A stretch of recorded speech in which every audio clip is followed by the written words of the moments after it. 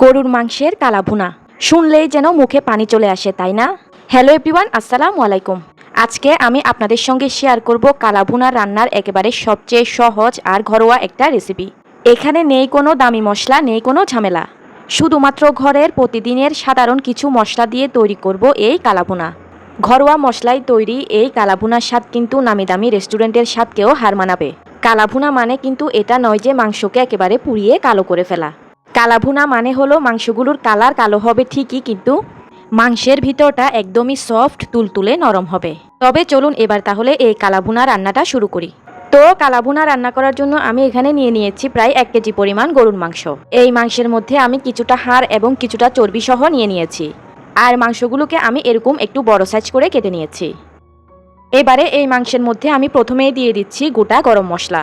এখানে আমি নিয়েছি 2টো তেজপাতা, 4 থেকে 5টা এলাচ, 1 টুকরো দারুচিনি, 4 থেকে 5টা লং, আর নিয়েছি 10 থেকে 12টা কালো গোলমরিচ। এবারে এখানে আমি দিয়ে দিচ্ছি 4 চামচে করে 1 চামচ পরিমাণ আদা বাটা, দিচ্ছি 1 চামচ পরিমাণ রসুন বাটা। এবারে দিয়ে দিচ্ছি 4 চামচে করে 1.5 চা চামচ পরিমাণ লাল মরিচের গুঁড়া, দিচ্ছি 1/2 চা চামচ পরিমাণ হলুদের গুঁড়া, দিচ্ছি 1 চা চামচ পরিমাণ ধনিয়ার গুঁড়া, দিয়ে দিচ্ছি 1 চা চামচ পরিমাণ মিক্স মাংসের মশলা, দিচ্ছি 1 চা চামচ পরিমাণ লবণ, দিচ্ছি 1 চা চামচ পরিমাণ কালো গোলমরিচের গুঁড়া। এবারে দিচ্ছি 1 চা চামচ পরিমাণ রাঁধুনির গুঁড়া। এই রাঁধুনির গুঁড়াটা অনেকেই হয়তো চিনেন না। এই রাঁধুনিটা আমি আপনাদেরকে এখন দেখিয়ে দিচ্ছি। এই যে দেখুন, এটা আপনারা যে কোনো মুদির দোকানে পেয়ে যাবেন। কালো ভুনার স্বাদ বাড়াতে হলে কিন্তু এই রাঁধুনির গুঁড়াটা অবশ্যই দিতে হবে। এবারে দিয়ে দিচ্ছি একটা জয়ত্রীর 3 ভাগের 1 ভাগ গুঁড়ো করে দিয়ে দিচ্ছি। এখানে আমি একটা জয়ফল নিয়েছি। এই জয়ফলটা ভেঙে আমি এর থেকে 3 ভাগের 1 ভাগ দিয়ে দিব। একটা জায়ফলকে ভেঙে আমি এর থেকে 3 ভাগের 1 ভাগ দিয়ে দিচ্ছি।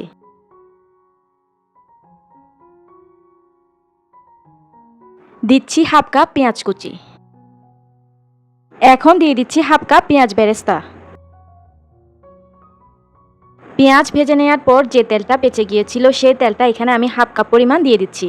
এগুলো কিন্তু পেঁয়াজ ভেজে নেওয়া সয়াবিন তেল। এবারে আমি হাতের সাহায্যে সব কিছুকে খুব ভালো করে একেবারে সময় নিয়ে মাখিয়ে নিব। এই মাখিয়ে নেওয়ার কাজটা খুব ভালো করে সময় নিয়ে করতে হবে। এমনভাবে মাখিয়ে নিতে হবে যেন সবগুলো তেল মশলা মাংসের সাথে ভালোভাবে লেগে যায়। এই মাখিয়ে নেওয়ার উপরেও কিন্তু কালাভুনার স্বাদ অনেকাংশেই নির্ভর করে। তাই এ পর্যায়ে চেষ্টা করতে হবে খুব ভালো করে একেবারে সময় নিয়ে সব কিছুকে মাখিয়ে নিতে। এখন কিন্তু আমি মাংসগুলোকে সময় নিয়ে খুব ভালো করে মাখিয়ে নিয়েছি। এবারে এই মাংসগুলোকে আমি চুলায় বসিয়ে দিব। দেখতেই পাচ্ছেন এখন কিন্তু আমি মাংসগুলোকে চুলায় বসিয়ে দিয়েছি। এবারে ঢাকনা দিয়ে ঢেকে এই মাংসগুলোকে আমি চুলার মিডিয়াম হিটে 5 মিনিট রান্না করে নিব। 5 মিনিট পর ঢাকনাটা খুলে আমি ভালোভাবে মাংসটাকে নেড়েচেড়ে দিচ্ছি, মশলার সঙ্গে যেন প্রতিটি মাংসের টুকরো ভালোভাবে মেশানো হয়। এই কষানোর সময়টা কিন্তু কালো ভুনার মূল স্টেপ। মাংস এ পর্যায়ে যত ভালো কষানো হবে মাংসের কালার ততই কালো হবে, আর স্বাদ হবে দারুণ। মশলা কষাতে কষাতেই যখন এরকম তেল ছেড়ে দিবে তখন আবারও ঢাকনা দিয়ে ঢেকে একেবারে হাই হিটে আরও 5 মিনিট রান্না করে নিব। 5 মিনিট পর আবারও ঢাকনা খুলে সব কিছু খুব ভালো করে নেড়েচেড়ে মিশিয়ে নিচ্ছি। ভিউয়ার্স, ভিডিওর মাঝখানে একটা অনুরোধ করে নিচ্ছি, আমার রেসিপিগুলো যদি আপনাদের ভালো লেগে থাকে তাহলে কিন্তু ভিডিওতে অবশ্যই একটা লাইক দিয়ে দিবেন। এই ভিডিওটি অবশ্যই আপনাদের ফ্রেন্ডস অ্যান্ড ফ্যামিলির মাঝে বেশি বেশি শেয়ার করে দিবেন। এবারে ঢাকনা দিয়ে ঢেকে মিডিয়াম আঁচে আরও 20 মিনিট রান্না করে নিব। 20 মিনিট মিডিয়াম হিটে রান্না করার পর কিন্তু এ পর্যায়ে মাংসগুলো খুব ভালো করে কষিয়ে নেওয়া হয়ে গিয়েছে। এ পর্যায়ে যদি আপনাদের মাংস থেকে অনেক বেশি পরিমাণে পানি ছেড়ে দেয় তাহলে কিন্তু এখানে এ পর্যায়ে কোনো পানি অ্যাড করার দরকার নেই। যেহেতু আমার এই মাংসের মধ্যে পানিগুলো টেনে গিয়ে মাংসগুলো একটু ঘন হয়ে গিয়েছে, তাই এ পর্যায়ে এই মাংসের মধ্যে আমি দিয়ে দিব মেজারমেন্ট কাপের 1 কাপ পরিমাণ ফুটন্ত গরম পানি। এই পানি দেওয়াটা কিন্তু অবশ্যই গরম পানি হতে হবে। এই 1 কাপ পরিমাণ পানি দেওয়ার কারণে কিন্তু মাংসগুলো খুব ভালোভাবে এ পর্যায়ে সিদ্ধ হয়ে যাবে। এই কালাভুনা রান্না করার সময় কিন্তু পানির পরিমাণটা কোনোভাবেই বেশি দেওয়া যায় না। মাংসের থেকে যদি যথেষ্ট পরিমাণ পানি বের হয়ে যায় তাহলে কিন্তু আর এক্সট্রা করে কোনো পানি দেওয়ার প্রয়োজন নেই। এখন আমি আবারও ঢাকনা দিয়ে ঢেকে মাংসটাকে মিডিয়াম আঁচে রান্না করে নিব পুরো 45 মিনিট। এই 45 মিনিটের মাঝেই কিন্তু মাংসটা খুব ভালো করে সিদ্ধ হয়ে যাবে। আর 45 মিনিটের মাঝে মাঝে কিন্তু ঢাকনা খুলে মাংসটাকে একটু নেড়েচেড়ে দিতে হবে। তো আমি ফিরে এলাম 45 মিনিট পর।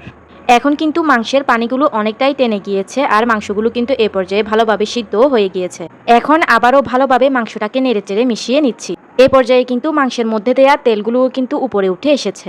এখন থেকে কিন্তু মাংসটা আস্তে আস্তে কালো হতে থাকবে। এবারে আমি চুলার আঁচটাকে মিডিয়াম টু লো হিটে করে দিয়ে আবারও মাংসটাকে ঢাকনা দিয়ে ঢেকে দিলাম। এখন কিন্তু চুলার আঁচটাকে অবশ্যই কমিয়ে রাখতে হবে। মাংসটাকে ঢাকনা দিয়ে ঢেকে আমি পাশের চুলায় ফোড়নটা তৈরি করে নিব। এখন চুলায় একটা প্যানে আমি দিয়ে দিচ্ছি মেজারমেন্ট কাপের 1/3 কাপ পরিমাণ সরিষার তেল। দিয়ে দিচ্ছি 4টা শুকনো মরিচ। একটা পেঁয়াজের অর্ধেকটা আমি এরকম একটু বড় সাইজ করে কেটে দিয়ে দিচ্ছি। 3-4টা রসুনের কোয়াকে আমি এরকম কুচি কুচি করে কেটে নিয়েছি। এবারে এই রসুন কুচিগুলোকেও আমি এই তেলের মধ্যে দিয়ে দিলাম। এবারে এই সব কিছুকে একটু হালকা বাদামি করে ভেজে তারপর এই ফোড়নটাকে আমি চুলা থেকে নামিয়ে নিব। পেঁয়াজ আর রসুনটা হালকা বাদামি করে ভেজে নেওয়া হয়ে গিয়েছে। এবার আমি এই ফোড়নটাকে চুলা থেকে নামিয়ে নিচ্ছি। এবারে আমি ঢাকনা খুলে মাংসের উপর এই ফোড়নটাকে দিয়ে দিচ্ছি। ফোড়নটা দিয়ে দেওয়ার পর আমি সাথে সাথে ঢাকনা দিয়ে ঢেকে দিব। ফোড়নটা দিয়ে আমি কিন্তু মাংসগুলোকে কোনো প্রকার নেড়েচেড়ে দিব না। ফোড়নটা দিয়ে দেওয়ার পর এই অবস্থায় ঢাকনা দিয়ে ঢেকে আরও 5 মিনিটের জন্য অপেক্ষা করব। 5 মিনিট পর আমি ঢাকনাটা খুলে নিলাম। এবারে আমি মাংসটাকে আবারও ভালোভাবে নেড়েচেড়ে মিশিয়ে দিচ্ছি। মাংসটাকে ভালোভাবে নেড়েচেড়ে মিশিয়ে দিয়ে এখন আমি দিয়ে দিব 1/2 চা চামচ পরিমাণ রাঁধুনির গুঁড়া, দিয়ে দিব 1/2 চা চামচ পরিমাণ গরম মশলার গুঁড়া।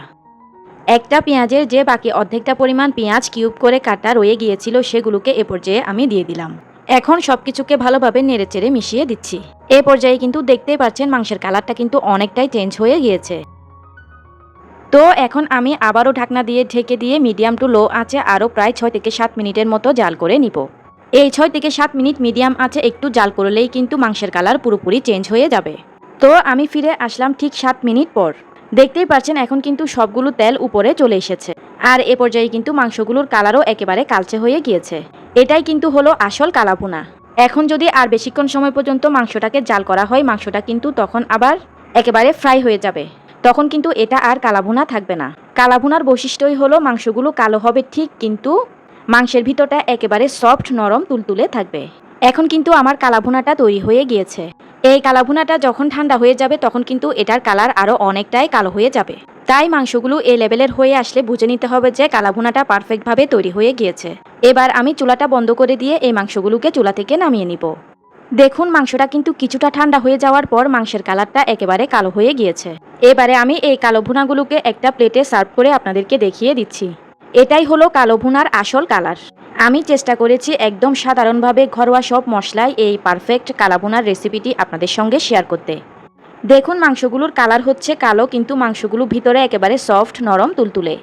সবচেয়ে সহজভাবে তৈরি ঘরোয়া সব মশলায় তৈরি এই স্পেশাল এবং পারফেক্ট গরুর মাংসের কালাভুনার রেসিপিটি আপনাদের কাছে কেমন লেগেছে আমাকে কিন্তু কমেন্ট করে জানাতে একদমই ভুলবেন না। আশা করছি রেসিপিটি আপনাদের কাছে বেশ ভালো লেগেছে আর বেশ সহজও লেগেছে। আসছে কুরবানির ঈদে আপনারা অবশ্যই এই রেসিপিতে একবার গরুর মাংসের কালাভুনাটা রান্না করে দেখবেন। আশা করছি বাসার সবাই খুবই পছন্দ করবে। বরাবরের মতোই আশা করছি আমার আজকের এই সহজ কালাভুনার রেসিপি আপনাদের সবার কাছে বেশ ভালো লেগেছে।